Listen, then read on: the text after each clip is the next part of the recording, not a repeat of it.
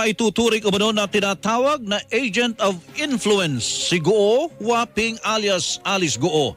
Ito ang sinabi ni National Intelligence Coordinating Agency o NICA Deputy Director General Ashley Asedillo sa pagdinig ng Senado tungkol sa mga pogo nang tanungin kung kumpirmadong espiya ng China ang sinibak na alkalde ng Bamban, Tarlac.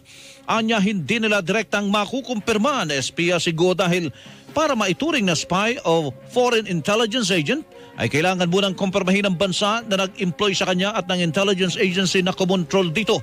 Pero batay sa pag-uusap sa loob ng intelligence community, masasabing si Guo ay agent of influence dahil ginamit niya ang kanyang katayuan. She uses her influence, her stature, or her position to influence public opinion or decision-making to produce results beneficial to the country whose services they benefit from. So to that effect, Madam Chair, that is applicable to her. Dati nang itinanggi ni Guo